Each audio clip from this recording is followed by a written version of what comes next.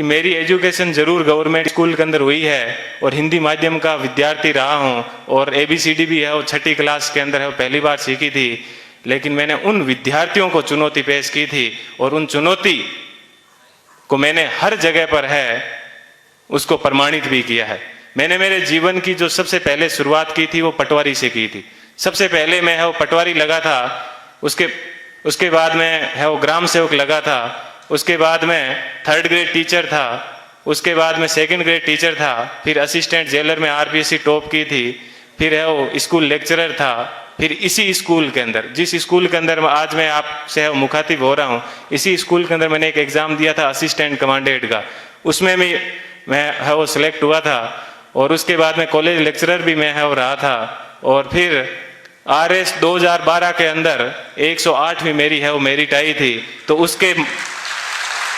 मैं वर्तमान में है वो राजस्थान तहसीलदार सेवा के अंदर हूँ और वहाँ पर भी मैं एक आपको बात बताऊंगा। देखिए ईश्वर अपने से क्या चाहता है, कब चाहता है कि अपने को जीवन में कभी भी उदास नहीं होना चाहिए। RS के अंदर मेरी 108वीं मेरिट थी और उसके अंदर मेरे को DSP मिल रहा था, लेकिन दुर्भाग्य ऐसा रहा कि मैं है वो फर्स्ट वेटिंग में रह गया। थोड़ा सा मुझे दुख हुआ कि यार अपन फर्स्ट वेटिंग में रह गए और उसके जस्ट 1 महीने के बाद में है वो IAS का एग्जाम था दिसंबर के अंदर। 4-5 दिन दुखी रहा, लेकिन मैंने कैसे ही अपने आप को मैनेज किया और देखिए दोस्तों मैनेज करने का क्या बेनिफिट मिला कि जो DSP बनना था वो D आगे से हट गया और मैं SP बन गया। बात यह है कि अपन जीवन के अंदर चाहते क्या है, अपन अपने आप को कितना डिवोट कर पाते हैं।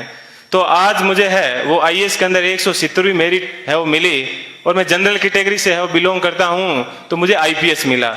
मैं यहाँ पर रुका नहीं हूँ,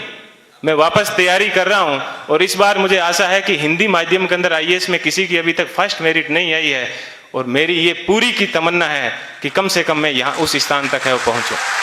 कि जीवन आपको सिर्फ कहा जाता है कि 84 लाख योनियों के बाद में एक बार आदमी को जीवन मिलता है, तो बहुत ही शानदार आप लोगों को है वो जीवन मिला है। इस जीवन को आप एंजॉय कीजिए, कभी भी घमंड मत कीजिए, चाहे आप जीवन में कुछ भी बन जाओ, हमेशा बेहतरीन रहिए। और आप लोगों से मैं आशा करता हूं कि अगले साल जब प्रोग्राम होगा तो आप सब लोग हैं वो यहाँ पर आने का मौका मिले। थोड़ी सी देर पहले मैं देख रहा था कि मालाएं कम पड़ रही थी, तो अगले साल इतनी संख्या माना कि सब मालाएं कम पड़ जाए,